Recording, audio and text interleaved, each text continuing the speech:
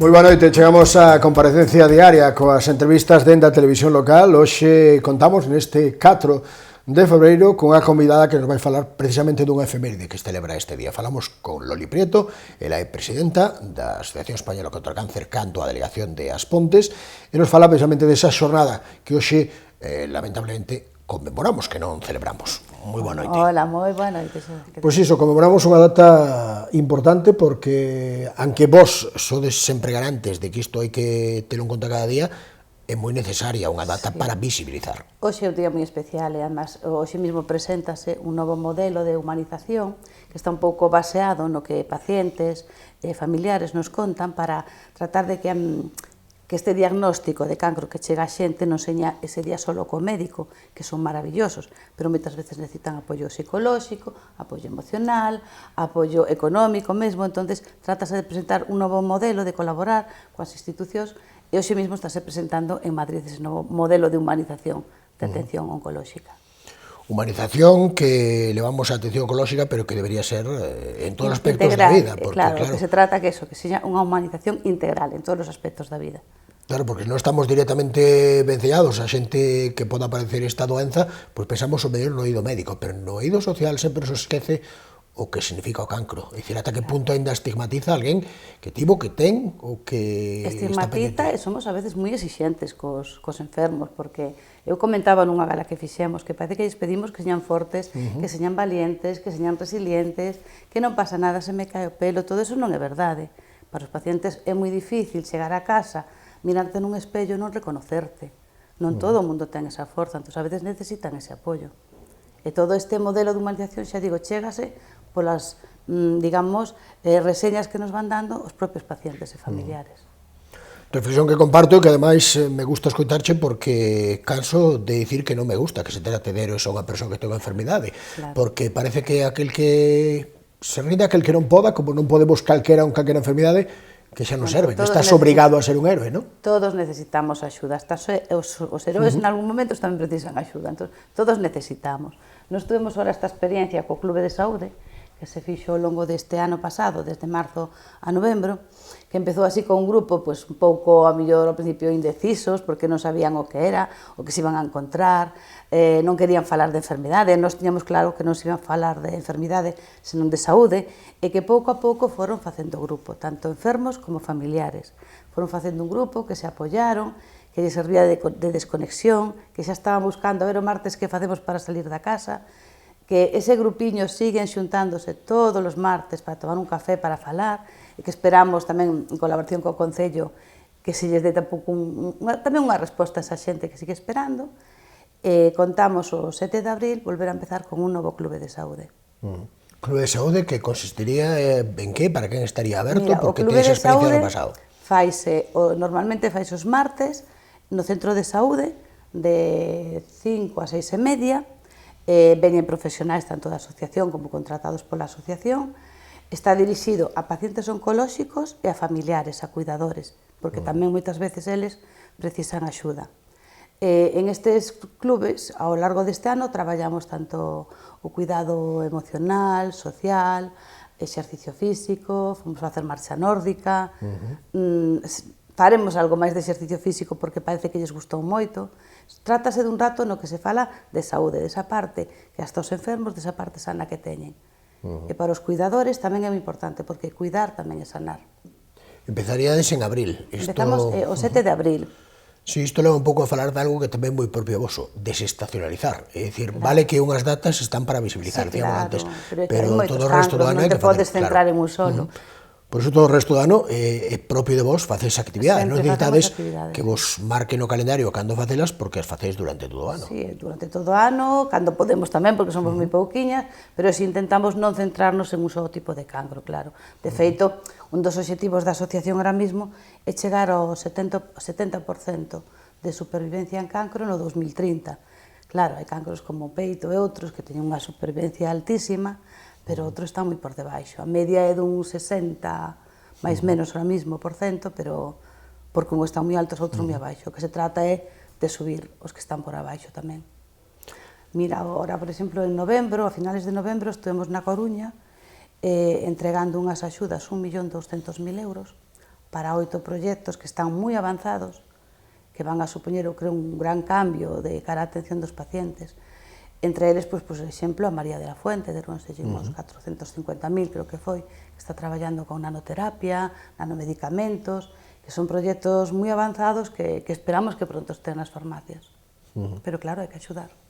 Estamos falando de axudar, e aí antes falábamos de exixencia, ás veces moi alta, que se marca para os enfermos. Hai que ter unha medida, porque tamén podemos caer e se cae moitas veces no contrario, no paternalismo, que tampouco serve ni se quere. Non, hai que acompañar, axudar, e son os enfermos os que nos demandan o que queren. Solamente hai que escoitalos ás veces. Cando falábamos de estacionalizar, de facer actividades ao longo do ano, iso vai ser tamén con esta data, porque o día é hoxe, pero ademais de que falabas do Clube de Saúde, tamén tedes unha iniciativa que os vai levar este sábado ata o supermercado Gades. Sí, aparte, da iniciativa dos brazaletes de esperanza que están facendo os deportistas, do 6 ao 15 deste mes, en toda a provincia, fanse en diferentes comercios, gasolineras, o que se chama Compra da tua vida. E trátase de que o que chegue a unha caixa se lle apetece, porque todo é voluntario, quere incrementar €1 a súa compra, por exemplo, que poida facer un donativo, ou se queren falar con nós, facer un donativo oficial, tamén se fai, sempre se fai un certificado oficial de donación. O ano pasado, porque a mí me gusta poñer números con esta iniciativa, recaudamos uns 20.000 euros, que van directos ao cuidado de persoas que están enfermas, atención psicolóxica, fisioterapia, préstamo de perrucas, todo eso. Falabas agora de colaborar os clubes nesa iniciativa dos brazaletes, a verdade é que a colaboran as Pontes está sendo boa en xeral, en todo, porque fixestes unha gala hai pouco, sempre estades facendo actividades nas que moitas a colabora. Que xa non organizamos nós, no que nos propoñen. De feito, temos aí en proxecto 2 ou 3 máis que nos están chamando para facer, que esperamos poder levar a cabo, pero sí, a verdade é que aquí non nos podemos queixar. A xente das Pontes colabora sempre en todo. Sempre. E está ben, canto colabora externa, canto a interna, canto a xente que estás dentro, aí si precisaríades máis xente, Marleu, verdade? Aí sí que precisaríamos máis xente, somos moi pouquiños, somos 6 persoas. Das 6 persoas, outro rapaz e máis eu, que ahora mesmo estamos xubilados, pero o resto están traballando, entón a veces organizar actividades é complicado. Hai moita xente que nos di, por que non facedes, pero a veces é cuestión de tempo que non se pode. Non se pode facer máis. Falamos de que a xente que se achega aí, achegase xa directamente porque ten familia vencellada, é dicir, aquel que non o viu de cerca, que non lle tocou, si é solidario, pero mellor non é participativo, ou non? Sí, en xeral, sí, eu creo que sí. De feito, temos moitas propostas de xente que nin está enferma, nin son cuidadores, pero que sí que se achegan a nós. Creo que o estar na gala, nas andainas, todo eso que nos deu unha visibilidade, que ahora mesmo sí que se achega a xente. Foi importante visibilizar a enfermedade, sí. Foi, evidentemente, por eso se fan estas cousas. Vade seguir con ese camiño? Sí, claro, hai actividades como andaina, gala, que intentaremos manter porque vemos que a xente que lle gusta tamén, e que colabora. Está oído da visibilidade, está oído didáctico. A xente, para que saiba por que se pide axuda, por que estades como estades, ten que saber que é o que pasa. Sí, de feito na gala contamos un pouquiño tamén. A mí gustame sempre dar datos do que facemos, do que recaudamos nas Pontes, para onde vai. Contaba eu que, por exemplo, o ano anterior recaudamos nas Pontes uns 30.000 euros, atendemos a 20 e pico pacientes, deronse axudas económicas a que non precisaba, axuda psicolóxica, xente que foi a fisioterapia, xente que pideu perrucas ou panos, todo eso se fixo con xente de aquí. Por aí quere eu, porque a parte de axudar, evidentemente médicamente, hai moitos máis terrenos que podes axudar a xente, desde o acompañamento hasta escoitar, non sei se o mellor, incluso o desplazamento de xente que teña que ir a tratamentos, son cosas moi prácticas ao final que están aí, pero que hai que facer. Sí. Médicamente, intentamos non entrar porque entendemos que esa é a función dos oncólogos e hai un equipo de oncólogos maravilloso, pero sí é certo que ás veces cando un paciente vai ao oncólogo e lle dá un diagnóstico, queda moitas veces en shock, é normal, non te atreves a preguntar, non te enteraches ben, e despois sí que precisan a mellor ese acompañamento dun psicólogo, de un fisioterapia, de xente que teña a mesma problemática para poder falar con eles. Moitas veces o que nos piden, mira, poido falar con algunha de vos que pasara por isto, que me vai entender mellor, sí. Claro, porque ese tamén é un aspecto de acompañamento importante, acompañar xente que sabe que coñece. Supoño que se busca iso, consello, porque non é un consello médico en termos médicos como para eso nós o que facemos é poñelos en contacto cos expertos, claro, cos psicólogos da asociación, co personal da asociación que está traballando directamente con eles e que sabe, e moitos deles son pacientes. ou con vos mesmas, Dentro, claro, nós tamén temos dentro da directiva xente que é paciente oncolóxica. Persoas que o mellor veñen buscar o mesmo e a cuestión poñerse en contacto entre elas, se unha situación non ocorría nunca. Claro, é un pouquiño que está facendo ahora o que se decía do Clube de Saúde, que fixeron ese grupo porque entre digo elas porque son maioría mulleres, tamén había algún home, pero entre elas se entenden moi ben porque pasaron por os mesmos problemas, tuveron as mesmas dificultades, enfrentanse xuntas a todo e axúdanse cando unha ten un día malo, apoia a outra. Entón foi unha iniciativa moi boa, que siguen facendo esa piña. Evidentemente non imos sacar crudeza, nin perigo á enfermidade, pero sí é certo que o feito de coñecer a cabeza un poquinho máis fai que non sexa menos grave, que afortunadamente a medicina avanza, pero sí temos menos medo ao cáncer, ou non? Bueno, medo sí que se tendo moito, creo que a palabra cáncer que asusta, pero bueno, vaise desistigmatizando un pouquinho, pouco a pouco, sí. Sabemos que hai esperanza, que ademais avanza moitísimo, e pouco vimos na prensa o avance de Barbacid co ratos, que pasará todavía persoas falta, pero que avance é grandísimo. En novas terapias, as terapias son cada vez máis personalizadas. Antes era a mesma terapia para todo o mundo, ahora non. Ahora dentro tes o mesmo cancro de mama, ti vanche dar ao mellor un tratamento, outro danlle outro, porque se fai unha analítica, se mira, se biopsia e sábese que tratamento che vai sentar mellor, é moito máis personalizado. Te dicías de como impacta que a un lle diagnostique un cancro, evidentemente médicamente, físicamente, pero eu sigo pensando que socialmente eu como cidadán o mellor estou afectando sobre esa persoa que ten o cancro, porque dicías que desestigmatizamos un pouco, pero eu penso simplemente alguén que vai pedir un traballo e resulta que xa ten cancro, igual non me sirve. Algo tan básico, supoño que pasarán máis cousas. A hora dunha relación, a hora de, non sei, de facer deporte, hai moitas cousas ou non, que te condiciona, é como se levaras unha... Si te condiciona, o feito de que a supervivencia aumente, o que fai é que hai máis xente con secuelas, porque os tratamentos son duros. E sí que se está vendo que a medida que aumenta a supervivencia, pois hai moitas secuelas, e hai que cuidalas e hai que traballalas.